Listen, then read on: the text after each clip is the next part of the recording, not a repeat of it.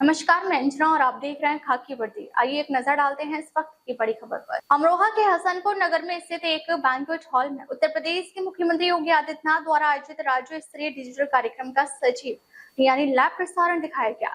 कार्यक्रम के मुख्य अतिथि हसनपुर विधायक महेंद्र सिंह खगड़वंशी रहे। इस अवसर पर मुख्यमंत्री योगी आदित्यनाथ ने प्रदेश के 78,000 से अधिक उचित दर विक्रेताओं यानी राशन डीलरों के लाभांश में बड़ी वृद्धि करते हुए इसे 90 रुपए से बढ़ाकर 125 रुपए प्रति क्विंटल करने की घोषणा की। इसके साथ ही single stage door step delivery के तहत ई पॉश आधारित उचित दर विक्रेता फीडबैक प्रणाली का भी औपचारिक शुभारंभ किया गया। कार्यक्रम में उपस्थित राशन डीलरों और ग्रामीणों को संबोधित करते हुए विधायक महेंद्र सिंह खगड़वंशी ने कहा कि मुख्यमंत्री द्वारा राशन वितरण प्रणाली को पारदर्शी, सुगम और जनहितकारी बनाने की दिशा में उठाया गया यह कदम ऐतिहासिक है। उन्होंने कहा कि नई ई पॉश फीडबैक प्रणाली से वितरण व्यवस्था और अधिक मजबूत होगी तथा पात्र लाभार्थियों को बिना किसी असुविधा के राशन उपलब्ध कराना ही सरकार की प्राथमिकता है।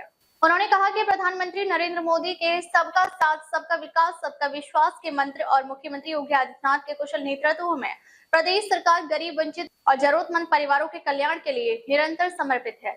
मुख्य अतिथि हसनपुर के विधायक महेंद्र सिंह थे। मुख्यमंत्री द्वारा राशन वितरण किया गया। अमरोहा से मोहम्मद चांद की रिपोर्ट।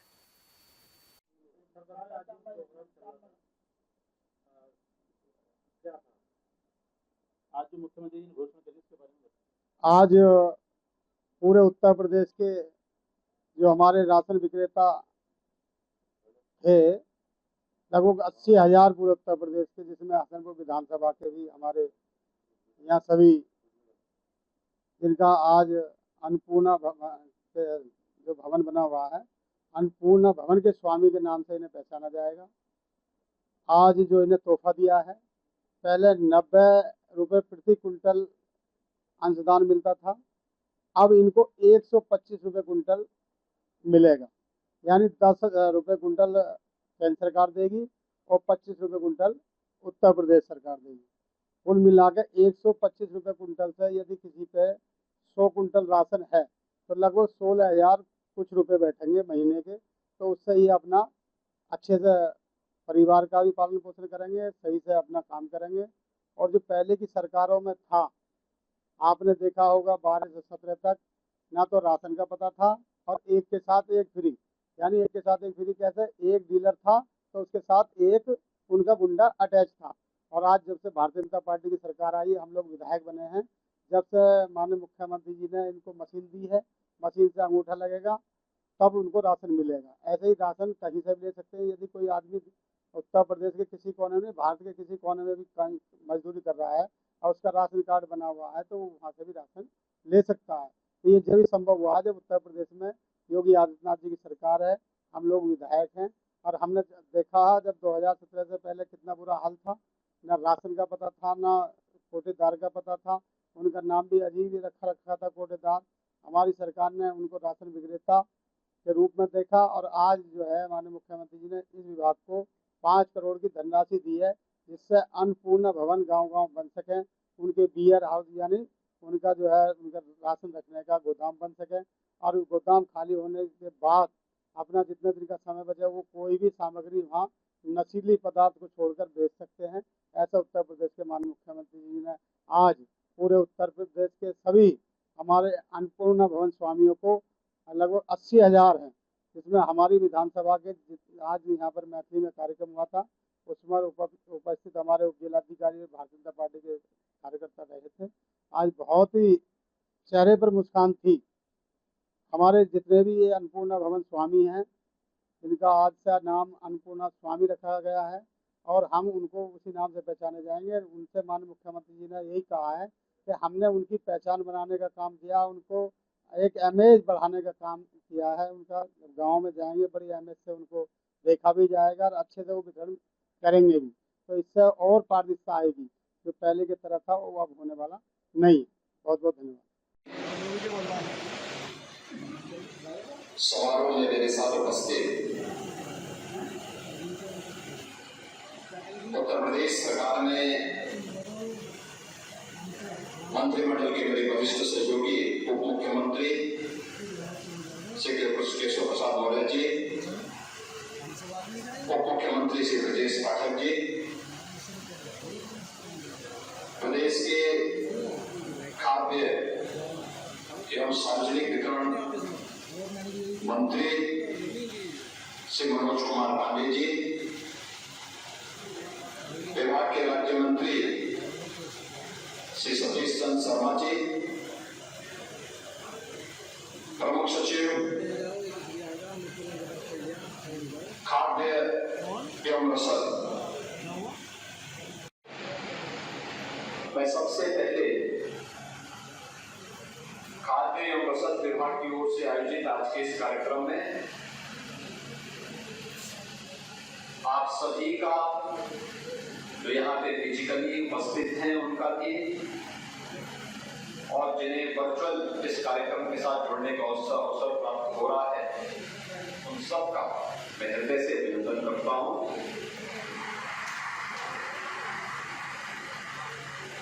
श्रावण मास का तीसरा सोमवार है। देवादिदेव महादेव के प्रति हम सब की श्रद्धा और देवादिदेव महादेव की उपासना हमें इस बात के लिए प्रेरित करती है कि शिवो भूत्वा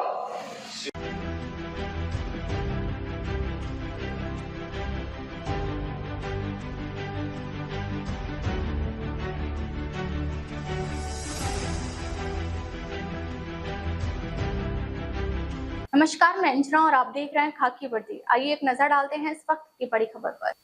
असम में बाढ़ से प्रभावित परिवारों की मदद के लिए मुंबई में एकता मंच ने बड़ा राहत अभियान के तहत बाढ़ की वजह से मुश्किलों का सामना कर रहे करीब 1500 से 1600 परिवारों तक जरूरी राहत सामग्री पहुंचाने के लिए संस्था द्वारा 5 से 6 ट्रकों से राहत सामग्री भेजी गई। असम बाढ़ पीड़ितों के राहत अभियान के तहत एकता मंच द्वारा विशेष राहत किट तैयार की गई है, जिसमें करीब 20 से ज्यादा आवश्यक सामान शामिल है, जैसे किचन के बर्तन, कपड़े, खाने पीने के सामान, ताकि बाढ़ प्रभावित परिवारों को जरूरत के समय जरूरी सामग्री उपलब्ध कराई जा सके। फिलहाल एकता मंच के अध्यक्ष प्राचार्य अजय कौल के मार्गदर्शन में राहत सामग्री को व्यवस्थित पैकेजिंग करके भेजी गई है। वहीं राहत सामग्री लेकर ट्रकों को फ्लैग ऑफ करने के लिए बॉलीवुड एक्टर विनीत कुमार सिंह, असगर अली, सुनील पाल, अभिनेत्री दीपांकी शर्मा और पुलिस विभाग के कई अधिकारी भी मौजूद रहे। सभी का प्रयास है कि राहत सामग्री जल्द से जल्द जरूरतमंद परिवारों तक पहुंचाई जा सके। एकता मंच की ओर से तैयार की गई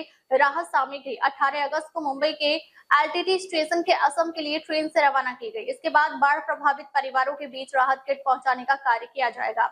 इस पहल के जरिए एकता मंच ने यह संदेश देने की कोशिश की है कि प्राकृतिक आपदा के समय जरूरतमंद परिवार अकेले नहीं है।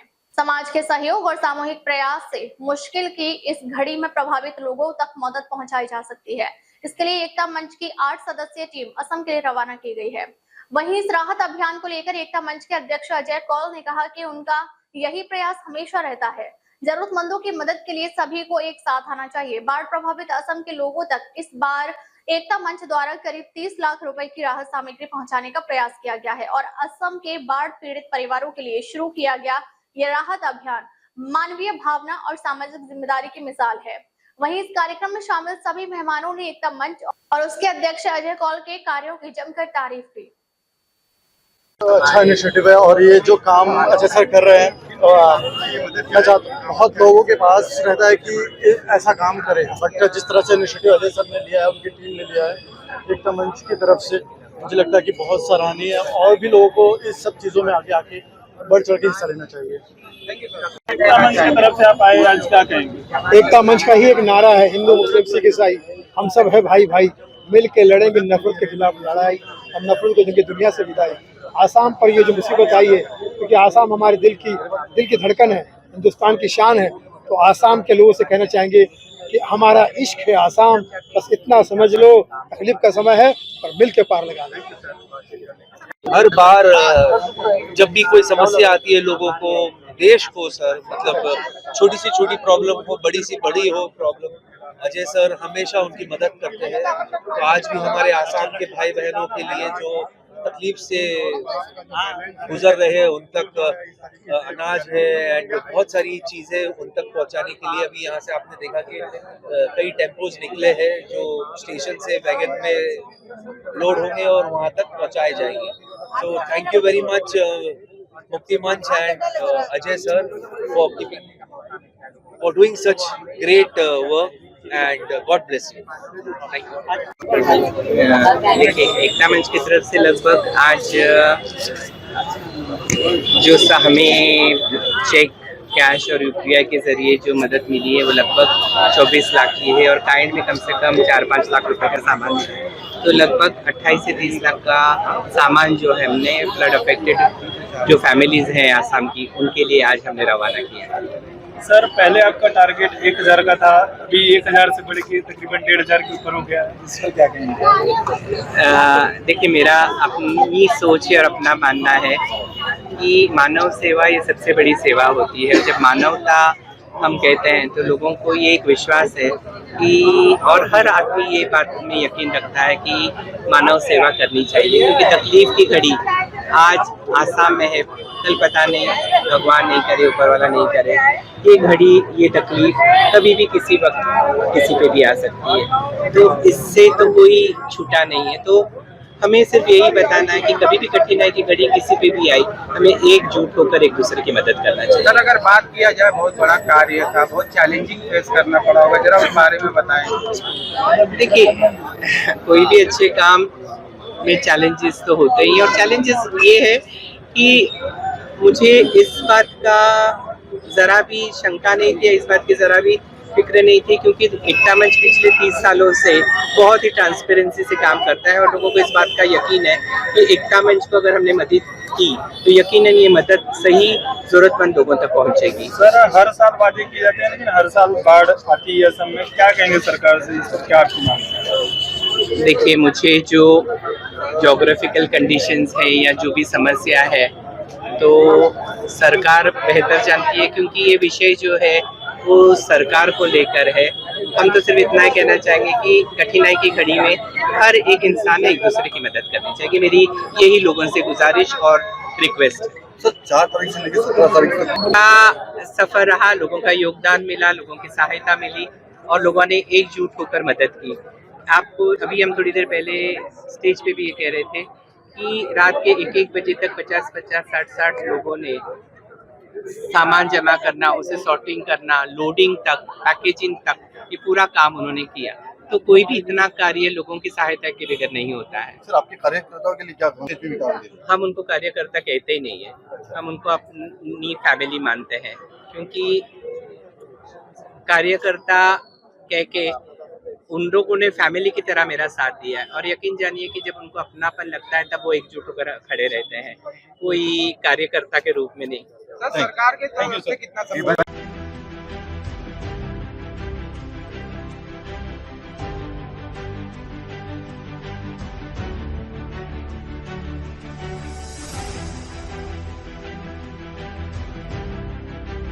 नमस्कार, मैं अंजना और आप देख रहे हैं खाकी वर्दी। आइए एक नजर डालते हैं इस वक्त की बड़ी खबर पर। मुंबई के दहिसर स्थित स्वामी विवेकानंद स्कूल में उत्तर प्रदेश महिला आयोग के उपाध्यक्ष अपर्णा यादव ने छात्राओं से संवाद किया। इस दौरान उन्होंने छात्राओं से बातचीत कर उनकी सुरक्षा, अधिकारों और आत्मविश्वास से जुड़े महत्वपूर्ण विषयों पर जानकारी साझा की। अपर्णा यादव ने छात्राओं को गुड टच और बैड टच के बारे में विस्तार से समझाया और बताया कि किसी भी तरह की असहज या गलत परिस्थिति का सामना होने पर डरने की जरूरत नहीं है। उन्होंने छात्राओं को जागरूक रहने और ऐसी स्थिति में तुरंत अपने माता पिता, शिक्षकों या किसी भरोसेमंद व्यक्ति को जानकारी देने के लिए प्रेरित किया। कार्यक्रम के दौरान अपर्णा यादव ने छात्राओं के सवाल भी सुने और उनके साथ खुलकर बातचीत की। उन्होंने कहा कि बेटियों की सुरक्षा के साथ साथ उन्हें अपने अधिकारों और जिम्मेदारियों के प्रति जागरूक करना भी बेहद जरूरी है। इसके बाद उन्होंने स्कूल के कार्यकर्ताओं और उपस्थित लोगों से भी मुलाकात कर विभिन्न विषयों पर चर्चा की। कार्यक्रम में मुंबई प्रदेश उत्तर भारतीय मोर्चा के अध्यक्ष प्रमोद मिश्रा, मुंबई प्रदेश उत्तर भारतीय मोर्चा के उपाध्यक्ष ब्रजेश दुबे, स्वामी विवेकानंद स्कूल के प्रबंधक सुची यादव सहित बड़ी संख्या में कार्यकर्ता, स्कूल स्टाफ और अन्य लोग मौजूद रहे। कार्यक्रम के दौरान छात्राओं में भी खास उत्साह देखने को मिला। इस पूरे आयोजन का मुख्य उद्देश्य छात्राओं को महिला सुरक्षा, गुड टच, बैड टच और अपने अधिकारों के प्रति जागरूक करना रहा। समय समय पर इस प्रकार की जो घटनाएं हैं यह साफ तौर से प्रदर्शित करती हैं कि वंदे मातरम का जो अपमान है, कांग्रेस की ये प्रकृति है कि भारत के बारे में, भारत की संस्कृति के बारे में, इसकी पद्धति के बारे में, एवं जो है जिस तरह से उन्होंने भगवान श्री राम का विरोध किया था, तो वंदे मातरम का भी आज विरोध कर रहे हैं और अपशब्द कह रहे हैं, तो ये तो बहुत ही गलत बात है।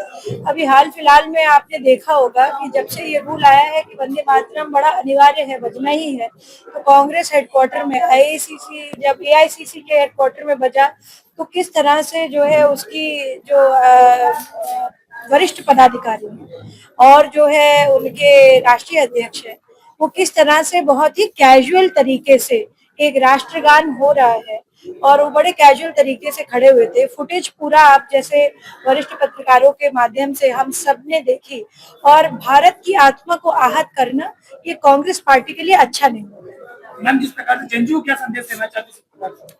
मैं तो आज बहुत अच्छा इंटरेक्शन था जेनजी से, और मुझे लगता है कि जेनजी जो है भारत के साथ है और भारत के जो एक आत्मा है, और जिस प्रकार के मुझे लगता है हम अगर टेक्नोलॉजिकल सपोर्ट के साथ साथ बच्चों को अपने सनातन के साथ भी जोड़ सकें और एक तरह से ऐसे जोड़ सके जिनसे उसको होलिस्टिक एजुकेशन मिल सके, एक अच्छा एनवायरनमेंट रख सके, तो जेनजीज भारत के बहुत उज्जवल भविष्य के निर्माण करता बनेंगे। लेकिन बार-बार कांग्रेस जेनजी को लेकर भड़काने का काम की है, उसको लेकर क्या कहना है? देखिए, वही उनकी प्रकृति है, वो यही करेंगे।